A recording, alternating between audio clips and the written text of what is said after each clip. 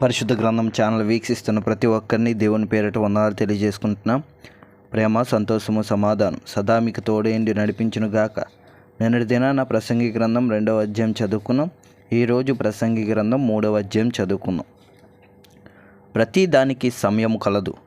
ఆకాశము క్రింద ప్రతి ప్రయత్నమునకు సమయము కలదు.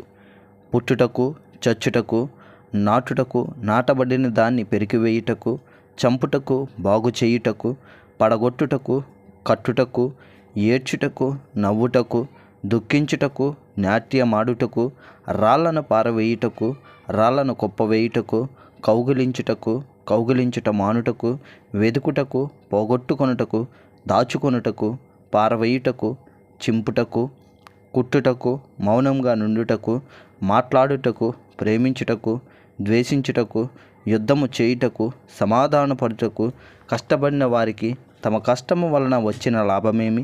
నరులు అభ్యాసము పొందవలనని దేవుడు వారికి పెట్టి ఉన్న కష్టానుభవమును నేను చూచితిని. దేని కాలమునందు అది చక్కగా నుండినట్లు సమస్తమును ఆయన నియమించి ఉన్నాడు. ఆయన శాశ్వత కాల జ్ఞానమును నరుల హృదయమందు ఉంచి ఉన్నాడు గాని దేవుడు చెయ్యి క్రియలను పరిశీలన తెలుసుకొనుటకు అది చాలదు. కావున సంతోషముగా నుండుట కంటే తమ బ్రతుకు సుఖముగా వెళ్ళబూచుట కంటెను శ్రేష్టమైనదేదియు నరులకు లేదని నేను తెలుసుకొంటిని. మరియు ప్రతి వాడు అన్నపానములు పుచ్చుకొనుచు తన కష్టార్జితము వలన సుఖం అనుభవించుట దేవుడిచ్చు బహుమానమే అని తెలుసుకొంటిని. దేవుడు చేయు పనులన్నీ శాశ్వతములని నేను తెలుసుకొంటిని. దానికేదియు చేర్చబడదు, దాని నుండి ఏదియు తీయబడదు. మనుషులు తనయందు భయభక్తులు కలిగి ఉండినట్లు దేవుడిట్టి నియమము చేసి ఉన్నాడు. ముందు జరిగినదే ఇప్పుడును జరుగును, జరగబోవున్నదే పూర్వమందు జరిగినదే. జరిగిపోయిన దానిని దేవుడు మరలా రప్పించును. మరియు లోకమునందు విమర్శ స్థానమున దుర్మార్గత జరుగుటయు, న్యాయముండవలసిన స్థానమున దుర్మార్గత జరుగుటయు నాకు కనబడెను.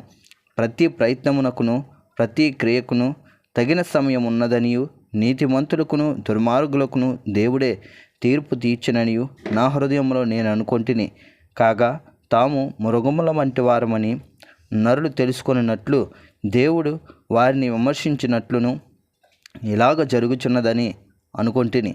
నరులకు సంభవించినది ఏదో అదే మృగములకు సంభవించును. వాటికిని కలుగు గతి ఒక్కటే. నరులు చచ్చునట్లు మృగములను చచ్చును. సకల జీవులకు ఒక్కటే ప్రాణము. మృగముల కంటే నరులు ఏమీ ఎక్కువ లేదు. సమస్తమును వ్యర్థము, సమస్తమును ఒక్క స్థలమునకే పోవును.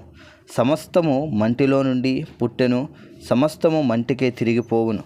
నరుల ఆత్మ పరమునకెక్కిపోవునో లేదో, మృగముల ప్రాణము భూమికి దిగిపోవునో లేదో ఎవరికి తెలియను. కాగా తమకు తరువాత జరుగు దానిని చూచుటికే నరుని తిరిగి లేపి కొనిపోవువాడెవడును లేకపోవుట నేను చూడగా, వారు తమ క్రియలయందు సంతోషించుట కంటే వారికి మరి ఏమి మేలును లేదను సంగతి నేను తెలుసుకొంటిని.